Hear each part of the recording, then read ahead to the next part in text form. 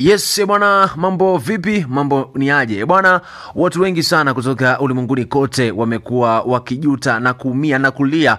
Hii ni baada ya akaunti zao ambazo wanazitumia ikiwepo WhatsApp, Facebook, Instagram, Twitter, X, lakini pia TikTok, bila kusahau YouTube, zimekuwa zikidukuliwa au zikihakiwa na watu au wataalamu wa kimtandao, watu wasiojulikana. Hii ni kwa sababu ya kutokufanya haya mambo ambayo yameweza kuwagharimu na kuwafanya au na kufanya mitandao yao iweze kuwa rahisi kabisa na kuhakiwa. Katika uvujaji mkubwa wa taarifa kuwahi kutokea duniani, nywila au password zaidi ya watu bilioni 16 zikiwemo za watumiaji wa huduma kama Meta au Facebook na Instagram, Apple na Google zimevuja mtandaoni. Tukio hili limethibitishwa kuwa ni kubwa zaidi kihistoria na limesababisha hofu kubwa miongoni mwa watumiaji wa mitandao kote duniani.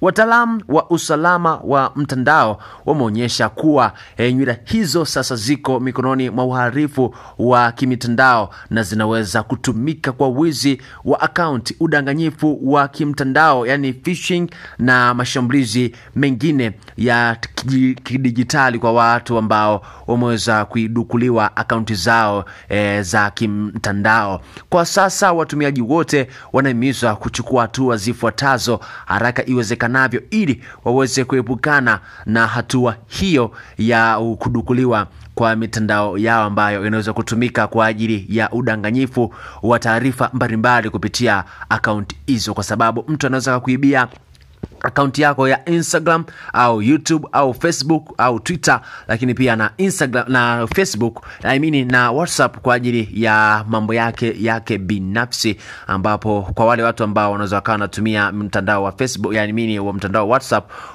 mtu anaweza akadukua akaunti yako ya WhatsApp na kuanza kumchatisha na rafiki yako mwingine, lakini pia na kufanya udanganyifu kupitia mtandao wako. Fanya mambo haya ili uweze kuepukana na mambo hao au na kuhakiwa au kufanyiwa akaunti yako iweze kuhakiwa kuna kuchukuliwa na mtu mwingine au na wataalamu wa kimtandao.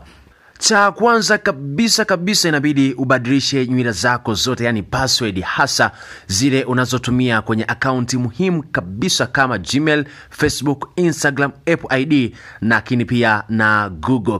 Lakini pia kitu kingine, washa udhibitisho wa hatua 2 yani 2FA kwenye akaunti zako ili kuongeza ulinzi mkubwa sana ambao utaweza kukusaidia kutokudukuliwa kwa akaunti yako au kwa mtandao wako wa kijamii. Epuka kutumia nywila moja kwenye akaunti nyingi, yani mfano unakuta unatumia password moja kwenye akaunti zako zote, mfano kama Instagram, Facebook, Twitter au X, lakini pia na TikTok na mitandao mingine ambayo unaitumia ambapo unaweza kwamba unatumia password moja. Epuka kutumia password moja. Lakini pia kitu kingine, tumia passkey au program za kusimamia nywila zako kama njia mbadala na salama zaidi ambazo zitaweza kukusaidia kutokudukuliwa kwa akaunti yako. Hii ni tahadhari ya kimataifa, usichukulie jambo hili kwa wepesi. Linda taarifa zako binafsi kabla hazijaangukia mikononi mwa wahalifu wa kimtandao, na usije ukajutia hapo mbeleni. Fanya yote usije kukutana na jambo hili. Hii usisahau kusubscribe, kushare pia na comment. Hii ni Bea TV. Bye bye.